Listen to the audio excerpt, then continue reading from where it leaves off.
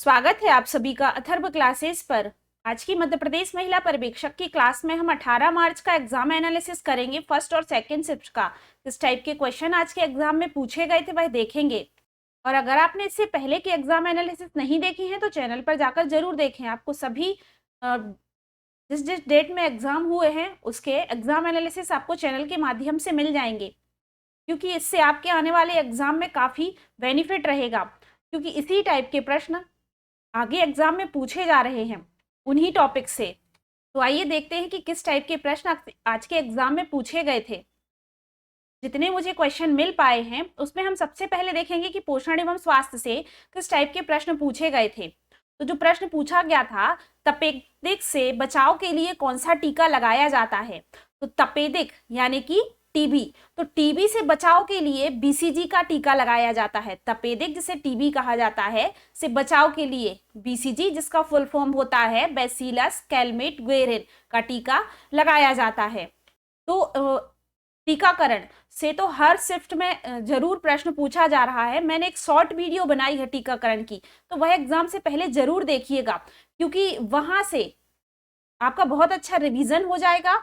और जो आपको जो टीकाकरण है किस भाग में लगाया जाता है, किस रोग के लिए लगाया जाता है, यह मैंने बहुत अच्छे से उस वीडियो में समझाया है। और काफी छोटी सी वीडियो है, तो उसके माध्यम से आपका बहुत अच्छा रिवीजन हो जाएगा। तो टीकाकरण की वीडियो जरूर देखिएगा। अगला, विटामिन ए किस फल से प्राप्त होता है। तो जो भी ऑप्शन दिए गए थे उसके अकॉर्डिंग जो आंसर था उसका है आम। तो कुछ फ्रूट्स के नेम दिए गए होंगे और उसमें आंसर है आम। तो विटामिन ए जिसमें आम, जिसमें विटामिन ए प्रचुर मात्रा में पाया जाता है। तो फल संतुलित आहार का एक महत्वपूर्ण हिस्सा है, क्योंकि उनमें फाइबर और विटामिन होते हैं। नारंगी और पीले फल बीटा कैरोटीन के अच्छे स्रोत होते हैं। ये याद रखिएगा कि जो नारंगी और पीले फल होते हैं वह बीटा कैरोटीन के अच्छे स्रोत होते हैं, जो कि एंटीऑक्सीडेंट हैं और विटामिन ए के अच्छे स्रोत होते हैं। तो जहां से भी प्रश्न पूछे जा रहे हैं उसको आप बहुत अच्छे से पढ़ के जाइएगा। अगर विटामिन ए से संबंधित किसी भी प्रकार का प्रश्न पूछा गया है तो विटामिन ए से आप बहुत अच्छे से पढ़ के जाइएगा। मैंने विटामिन की भी एक शॉर्ट वीडियो बनाई है जिसमें मैंने पूरे प्रकार के विटामिनों के रासायनिक नाम किस टाइप से आपको याद करना है, उनसे रिलेटेड रोगों के बारे में और उनके स्रोतों के बारे में मैंने अच्छे से बताया है। तो एक छोटी सी वीडियो है, रिवीजन के लिए मैंने बनाई थी, तो आप जरूर देखिएगा। अगला जो प्रश्न पूछा गया था पोषण स्वास्थ्य में ही, वह पूछा गया था कि खसरा बीमारी के लक्षण क्या होते हैं। तो खसरा एक संक्रामक बीमारी है जिसके लक्षण तेज बुखार, खांसी, बहती नाक, आंखों का लाल होना और पूरे शरीर पर लाल चकत्ते होना। तो यह खसरा बीमारी के लक्षण होते हैं। अगला प्रश्न, 2 एमआर वैक्सीन के बीच में कितने समय का अंतराल होता है। तो आपने अगर पिछले एनालिसिस देखे होंगे तो एमआर वैक्सीन से प्रश्न रिपीट हो रहा है, लेकिन कभी इससे रिलेटेड रोग पूछ लिया जाता है, इससे रिलेटेड कि यह कहाँ लगाया जाता है एमआर वैक्सीन। तो आज पूछा गया है कि अगर 2 एमआर वैक्सीन है तो उनके बीच में अंतर क्या होता है। तो आप हर प्रकार की वैक्सीन को अच्छे से पढ़ के जाइएगा। तो 28 दिन का अंतर एमआर वैक्सीन में उनके बीच अंतर होता है, और जो एमआर को कम उम्र में भी दिया जा सकता है। बतर से क्या होता है, खुराकों के बीच का जो अंतराल है वह 28 दिन या उससे अधिक होना चाहिए। इसके बाद जो प्रश्न पूछा गया था, पल्स पोलियो अभियान की शुरुआत में वैक्सीन को कैसे दिया जाता है। तो पल्स पोलियो अभियान की शुरुआत में जो वैक्सीन दी जाती है वह ओपीवी है। ओपीवी जिसका पूरा नाम होता है ओरल पोलियो वैक्सीन। तो पोलियो अभियान की शुरुआत में ओरल पोलियो वैक्सीन ओपीवी को पोलियो ड्रॉप के रूप में, यानी कि 2 बूंदें बच्चों को मुंह के माध्यम से दी जाती हैं।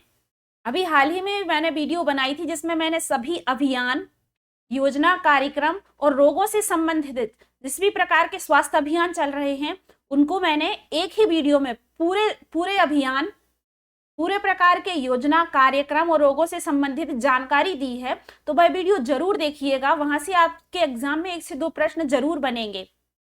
अगला प्रश्न है, जिंक की कमी से एक गर्भवती महिला को क्या हानि हो सकती है। तो गर्भावस्था के दौरान जिंक की कमी शिशु के जन्म के समय, कम वजन, समय से पहले प्रसव और प्रीक्लेम्सिया जैसे कि गंभीर समस्याओं का कारण बन सकती है जिंक की कमी। तो अगर हम देखें जिंक से संबंधित, तो हमें हर दूसरे एग्जाम में यह जिंक से संबंधित प्रश्न देखने को मिल रहा है। तो इसीलिए आपको एनालिसिस बहुत जरूरी है कि किस टॉपिक से, कहां से किस टाइप के प्रश्न पूछे जा रहे हैं एग्जाम में। अगला जो प्रश्न पूछा गया था वह है डिहाइड्रेशन से बचने के लिए क्या उपाय किए जा सकते हैं। तो डिहाइड्रेशन से बचने के लिए, जिसे कि हिंदी में निर्जलीकरण भी कहा जाता है, तो इससे बचने के लिए बच्चों को ओआरएस के घोल दिए जाते हैं। और डिहाइड्रेशन की समस्या खासकर बच्चों में उल्टी दस्त के कारण, यदि बच्चों को ज्यादा उल्टी या ज्यादा दस्त हो जाते हैं तो उसमें बच्चों की जो बॉडी है उसमें क्या हो जाती है, पानी की कमी, यानी कि वह डिहाइड्रेट हो जाती है। तो उसमें बच्चों को ओआरएस के घोल दिए जाते हैं। अगला प्रश्न जो पूछा गया था वह था रोटा वायरस वैक्सीन किस बीमारी से बचाव के लिए दी जाती है। तो रोटा वायरस वैक्सीन डायरिया यानी कि दस्त से बचाव के लिए रोटा वायरस वैक्सीन दी जाती है। यदि अधिक मात्रा में बच्चों को दस्त लग जाए या उन्हें डायरिया हो जाए तो इससे बचाव के लिए जो वैक्सीन पहले दी जाती है वह क्या है, रोटा वायरस वैक्सीन। आपको सभी टॉपिक की डिटेल वीडियो मिल जाएगी और साथ ही आपको हर टॉपिक के पर्टिकुलर, मैंने हर टॉपिक के एमसीक्यूज भी पढ़ाए हैं। तो आपको चैनल की प्लेलिस्ट में सभी टॉपिक के लगभग 100 एमसीक्यूज मिल जाएंगे। तो वह वीडियो जरूर देखिएगा। और इसी के साथ साथ मैंने हर टॉपिक की मैराथन क्लासेस भी आपको डाली हैं। तो मैराथन क्लासेस जरूर देखिएगा एग्जाम से पहले। उसके माध्यम से क्या होगा, आपकी जो पूरा टॉपिक है एक ही वीडियो में बहुत अच्छे से रिवाइज हो जाएगा। तो मैराथन क्लासेस जरूर देखिएगा। अगला जो प्रश्न पूछा गया था, मनरेगा योजना का क्या उद्देश्य है। तो मनरेगा योजना के मुख्य उद्देश्य में अगर हम देखें तो रोजगार की गारंटी, प्रत्येक परिवार के वयस्क सदस्य को एक वित्तीय वर्ष में कम से कम 100 दिनों का क्या है, रोजगार की गारंटी दी जाती है। मनरेगा जिसका पूरा नाम होता है महात्मा गांधी रोजगार गारंटी योजना। हो सकता है कि आगे आने वाले एग्जाम में आपसे मनरेगा का पूछ लिया जाए कि यह जो योजना है यह कब आई थी। तो याद रखिएगा 7 सितंबर 2005 को यह अधिनियमित हुई थी। और याद रखिएगा 2 फरवरी 2006 को यह लागू हुई थी, महात्मा गांधी राष्ट्रीय ग्रामीण रोजगार गारंटी अधिनियम, जिसे कि मनरेगा कहा जाता है। तो इस योजना का जो मुख्य उद्देश्य था वह ग्रामीण परिवारों के जो वयस्क सदस्य हैं उनको मांग करने पर क्या है, 100 दिनों का रोजगार देने की गारंटी दी गई थी इस योजना के अंतर्गत। अगला है संपत्ति के अधिकार का वर्णन किस अनुच्छेद में किया गया है। तो याद रखिएगा संपत्ति के अधिकार का वर्णन संविधान के अनुच्छेद 300A में किया गया है। यह एक विधिक अधिकार है, ना कि मौलिक अधिकार। सभी प्रकार के अधिनियमों की भी मैंने एक वीडियो डाली है जिसमें सभी प्रकार के अधिनियमों को मैंने डिटेल में पढ़ाया है और एक शॉर्ट वीडियो भी बनाई है रिवीजन के लिए आपको। तो वह दोनों वीडियो आप जरूर देखिएगा जिसमें मैंने सभी प्रकार की उनसे रिलेटेड धाराएं, अनुच्छेद जो कि इंपॉर्टेंट है उनको पढ़ाया है मैंने। तो वह जरूर देखिएगा आप वीडियो। अगला प्रश्न पूछा गया था आरटीई एक्ट 2009 क्या है। तो आरटीई एक्ट 2009 जिसे बच्चों का निःशुल्क और अनिवार्य शिक्षा का अधिकार अधिनियम भी कहा जाता है, भारत में 6 से 14 वर्ष के बच्चों को मुफ्त और अनिवार्य शिक्षा प्रदान करने के लिए बनाया गया एक कानून है। यह है आरटीई एक्ट 2009 के बारे में मैं आपको कुछ महत्वपूर्ण बातें बता देती हूं जो कि हो सकता है आने वाले एग्जाम में आपसे पूछा जाए। तो यह अधिनियम भारतीय संविधान के अनुच्छेद, याद रखिएगा 21A के तहत 21A के तहत 6 से 14 वर्ष के सभी बच्चों को मुफ्त एवं अनिवार्य शिक्षा प्राप्त करने के लिए यह अधिनियम सुनिश्चित किया गया था। और साथ ही याद रखिए कि यह अधिनियम 1 अप्रैल 2010 को पूरे भारत में लागू हुआ था। 1 अप्रैल 2010 को पूरे भारत में यह अधिनियम लागू हुआ था। साथ ही याद रखिए कि आरटीई एक्ट 2009 का जो मुख्य उद्देश्य है वह यह है कि हर बच्चे के लिए समान शैक्षिक अवसर सुनिश्चित करना, चाहे उसकी क्या है पृष्ठभूमि, जो स्थिति है उसकी कुछ भी हो। इसी के साथ एक और महत्वपूर्ण पॉइंट याद रखिएगा कि आरटीई एक्ट जिसमें 7 क्या है अध्याय हैं, 7 अध्याय हैं और 38 खंड हैं। दोनों चीजें याद रखिएगा, 7 अध्याय और 38 खंड हैं आरटीई एक्ट 2009 में। अगला प्रश्न पूछा गया था, पीएम आवास योजना का मुख्य उद्देश्य क्या है? तो सबसे पहले तो आप याद रखिए कि 25 जून 2015 को प्रधानमंत्री नरेंद्र मोदी ने आवास योजना का उद्घाटन किया था, जिसे पीएमएवाई के नाम से भी जाना जाता है। साल 2023 तक प्रधानमंत्री आवास योजना का मुख्य लक्ष्य था गरीबी रेखा से नीचे जीवन यापन करने वाले हर परिवार के लिए यह योजना है। और गरीबी रेखा से नीचे रहने वाले जो हर परिवार के व्यक्ति हैं उनके लिए पक्का मकान उपलब्ध कराना इस योजना का मुख्य उद्देश्य था। अगला प्रश्न पूछा गया था, आप एक आंगनवाड़ी कार्यकर्ता हैं, अपने कार्यालय के आसपास सफाई को प्रोत्साहित करने के लिए क्या करेंगे? तो इस टाइप से एक प्रश्न पूछा गया था। तो जो भी आपके ऑप्शन में दिया गया होगा उसके अकॉर्डिंग आंसर लगाइएगा। तो इस टाइप से समझ से आधारित ज्यादा प्रश्न आपके एग्जाम में पूछे जा रहे हैं, जो कि भाषाई समझ पर प्रश्न पूछे जा रहे हैं ज्यादातर। आगे कंप्यूटर से 5 प्रश्न पूछे गए थे, जिसमें एमएस ऑफिस से और शॉर्टकट की से प्रश्न पूछे गए थे। इसके बाद अगर हम मैथ्स में देखें तो मैथ्स में आपसे लाभ हानि से प्रश्न कुछ इस टाइप से प्रश्न था कि किसी वस्तु को 1200 रुपए में बेचा जाता है 20% लाभ पर, तो क्रय मूल्य। तो इस टाइप से कुछ एक प्रश्न पूछा गया था लाभ हानि से। और दूसरा प्रश्न भी कुछ क्रय मूल्य और विक्रय मूल्य से संबंधित ही प्रश्न पूछा गया था कि किसी वस्तु का क्रय मूल्य 1600 रुपए है, उसके क्रय मूल्य को 30% कम करने पर नया क्रय मूल्य बताइए। तो कुछ इस टाइप से भी प्रश्न था। एग्जैक्ट प्रश्न तो नहीं मिल पाता है, लेकिन जो भी याद रहता है बच्चों को तो वो मैंने लिख दिया है यहाँ। तो आपको एक आइडिया हो जाएगा कि किस टाइप से, मतलब किस टॉपिक से आपसे प्रश्न पूछा जा रहा है। तो यहाँ पर लाभ हानि से, क्रय मूल्य विक्रय मूल्य से आपसे 2 प्रश्न पूछे गए थे। आगे प्रश्न था, एक आंगनबाड़ी में 4 बच्चों को 2 कटोरी 3 कटोरी 5 कटोरी और 6 कटोरी दाल दी जाती है, उसका माध्य ज्ञात कीजिए। तो एक माध्य से प्रश्न पूछा गया था। आगे अगर हम रीजनिंग से देखें तो इसमें लगभग 4 प्रश्न पूछे गए होंगे। तो इस टाइप से प्रश्न था, सीरीज से था, तो जिसमें 5, 10, 15, 20 और आगे पूछा गया था। तो अगर हम देखें इनमें 5-5 का अंतर है, तो 20 के बाद आएगा 25। एक अगला था कि 28, 35, 42, तो आगे क्या होगा? तो सीरीज थे, 2 प्रश्न पूछे गए थे। घर को रंगने से रिलेटेड कुछ एक प्रश्न पूछा गया था। तो इस टाइप से मैथ्स और रीजनिंग में काफी इजी क्वेश्चन पूछे जा रहे हैं। तो मैंने सभी टॉपिक को, पर्टिकुलर सभी टॉपिक के इंपॉर्टेंट क्वेश्चन मैंने मैथ्स और रीजनिंग के करवाए हैं। तो आपको चैनल की प्लेलिस्ट में जाकर आप देखिएगा, आपको मैथ्स की क्लासेस उसके माध्यम से मिल जाएगी।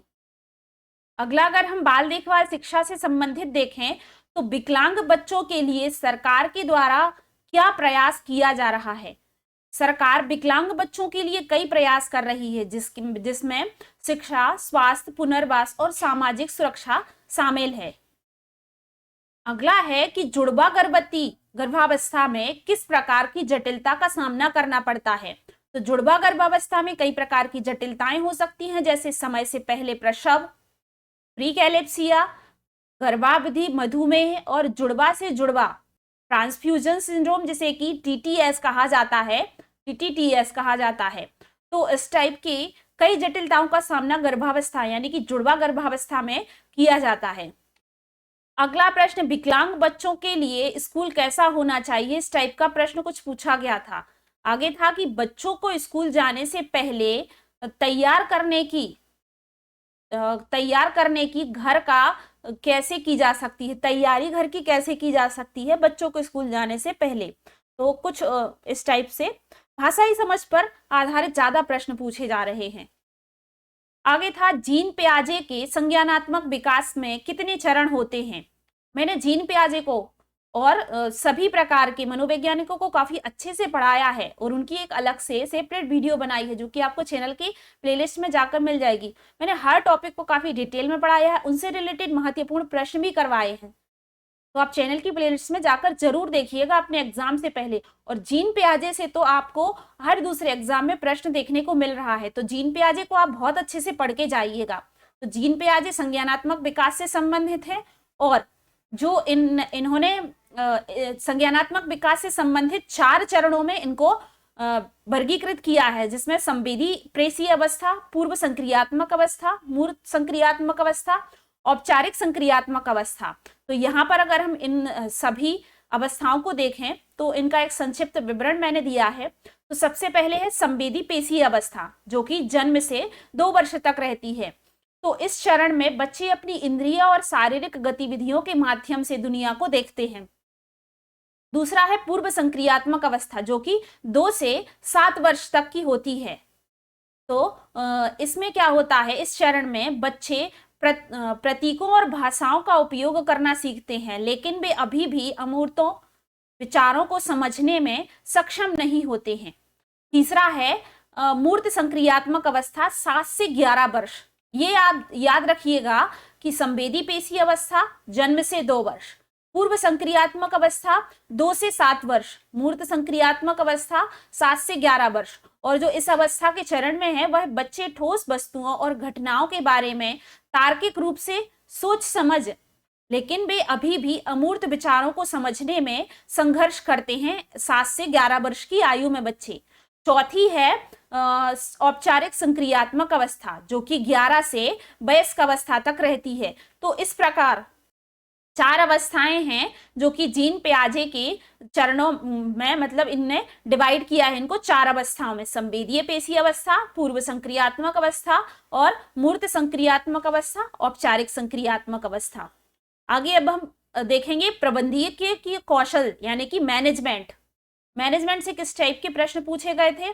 तो सबसे पहले तो पैराग्राफ से 12 प्रश्न पूछे गए थे। तो 2 पैराग्राफ आएंगे, इसमें 6-6 प्रश्न आपसे पूछे जाएंगे। इसके बाद नीति आयोग के क्या कार्य हैं, इससे प्रश्न था। तो नीति आयोग के कार्य देखेंगे हम।